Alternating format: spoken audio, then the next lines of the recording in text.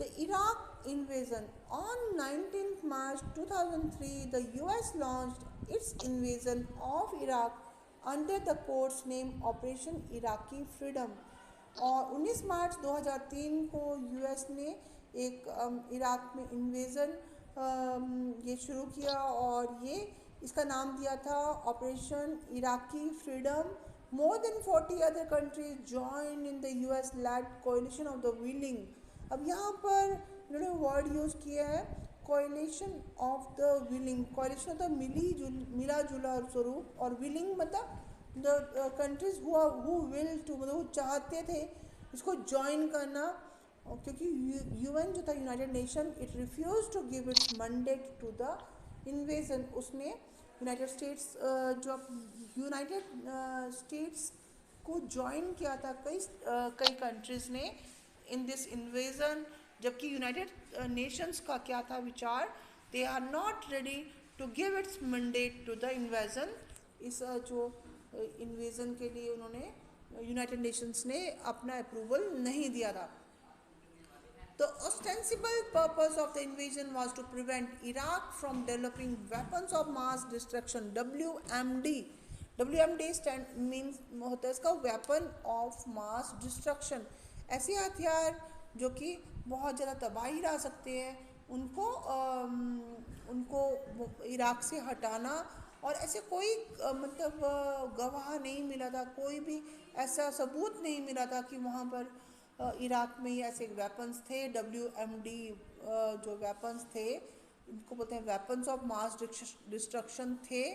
वहाँ पर ऐसे कोई सबूत नहीं मिला था. But still on the basis of एक संदेह के आधार पर उसको वहाँ पर अटैक किया गया. It is speculated that the invasion was motivated by other objectives. ये जो मतलब जो अटैक था ये माना जा रहा था कि it was based on other motives. ये दूसरे उद्देश्यों को सामने रख करके किया गया था. Such as controlling Iraqi oil fields. Iraq के जो ऑयल फील्ड्स थे उन पर अपना कंट्रोल करना. Installing a regime friendly to the US. और वहाँ पर ऐसे शासक बिठाना जो कि यूएस का फ्रेंडली हो. Although the government of Saddam Hussein fell swiftly, जो सदाम हुसैन थे वहाँ पर रूलर, उनकी गवर्नमेंट एकदम से गिर गई. The US has not been able to pacify Iraq. United States था जो वो इराक को पैसिफाई नहीं कर पाया, संतुष्ट नहीं कर पाया. Instead of full fledged insurgency against US occupation was ignited in Iraq. Iraq में जो था विद्रोह शुरू हुआ. while the US has lost over 3,000 military personnel in the war. United states के 3,000 मिलिट्री जो पर्सन्स थे वो नहीं रहे थे उस दौरान युद्ध के दौरान. Iraqi casualties are much higher. Iraq के जो लोग जो युद्ध में वीरगति को प्राप्त हुए थे वो बहुत ज़्यादा थे, कैजुअलिटीज़ बहुत ज़्यादा थी. It is conservatively estimated that 50,000 Iraqi civilians have been killed. और यूएस का जो इन्वेजन हुआ था, यूएस ने जो अटैक किया था उसमें 50,000 से ज़्यादा. What does hegemony means? Politics is about power. Politics जो है राजनीति पावर का दूसरा नाम है. Just as individuals want to gain and retain power, groups too want to retain and gain power. जो जैसे कि एक जो इंडिविजुअल है, एक पर्सन है, वो भी पावर चाहता है और उसको रखना चाहता है. मतलब टू सस्टेन दैट पावर वो कुछ भी मतलब तरीका अपनाता है. तो लाइकवाइज जो जैसे कंट्रीज़ होती हैं वो भी पावरफुल बनना चाहती हैं, वो पूरे विश्व पर अपना कंट्रोल करना चाहते हैं. तो in the case of world politics two countries and groups of countries are engaged in constantly powerful वो रहना चाहती हैं. Countries they too want to have power. In the case of world politics too, the countries and group of countries they are constantly engaged in trying to gain and retain power. This power is in the form of military domination. और उस पर मतलब military का domination होना मतलब अब सामरिक रूप से वो मतलब क्या बनना चाहते हैं, वो डोमिनेट करना चाहते हैं वर्ल्ड को, और साथ में इकोनॉमिकली भी एज अ वो इकोनॉमिक पावर के तौर पर बाहर आना चाहते हैं, पॉलिटिकल एंड कल्चरल सुपीरियोरिटी के लिए वो आना चाहते हैं बाहर। तो ठीक है, तो यहाँ hegemony is to retain the power.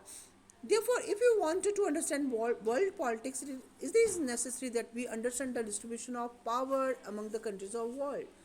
For instance during the years of cold war का जो टाइम था, तो आप वहाँ पर देखते हो 1945 से 1991 तक power was divided between the two groups of countries. आप यूनाइटेड स्टेट्स और सोवियत रशिया में पावर डिवाइडेड थी, टू कैंप्स थे, टू सेंटर ऑफ पावर्स थे। और जब सोवियत यूनियन का कॉलेप्स हो गया, जब सोवियत यूनियन ख़त्म हो गया 1990s के बाद, तो आप देख रहे हैं कि जो power shifted in one hand, that is United states of America. और उसको यूनिपोलर पावर भी बोल सकते हैं, यूनिपोलर सिस्टम। एक पोल, पहले हम बाईपोलरिटी वर्ड यूज़ करते, ना यूनिपोलर मतलब सिंगल पोल, एक पर्सन जो एक कंट्री जो थी that is more powerful than the others. तो this appears to be a misapplication of the ideas of Paul derived from physics or hegemony as hard power. The root of the word hegemony lies in classic Greeks. ये जो word है ना root hegemony, ये classic Greek में इसको इसको इसका root है, मतलब आप इसका ओरिजिनेट कहाँ से हुआ है, ये ग्रीक्स वर्ड है ये। The word implies the leadership, what it implies, the leadership or predominance of one state. एक जो स्टेट है, एक राज्य है, वो ज़्यादा डोमिनेट कर रहा है। और it was originally use to denote the preponderant position of Athens vis the other city states of ancient Greece. तो एथेंस जो पुराने ग्रीस का, यूनान का जो राज्य था एथेंस, वो बहुत महान राज्य था।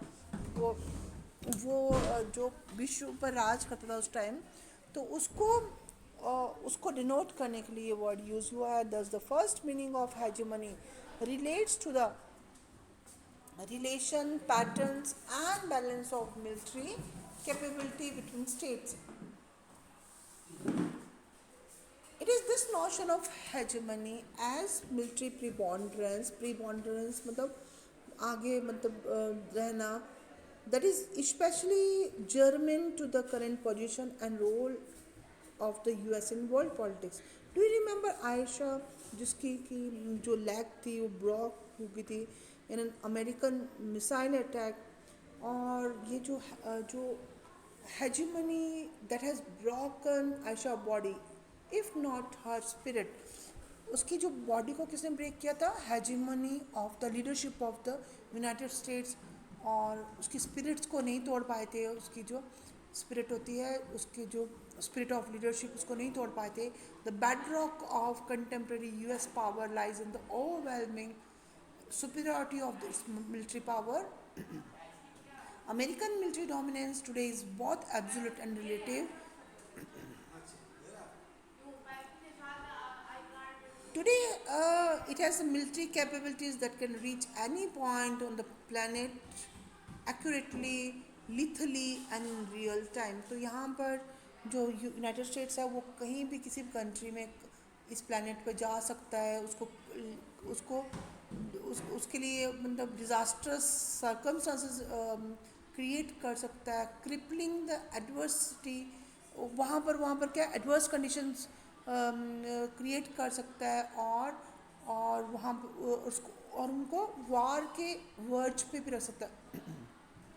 मतलब on the verge of wars, वहाँ पर उन कंट्रीज़ को युद्ध का भी डर पैदा कर सकता है। तो यहाँ पर आप देख रहे हो कि यूएस जो है that has the more capability, has more power today any other country has. So a large chunk of the Pentagon's budget goes into the military research and development. तो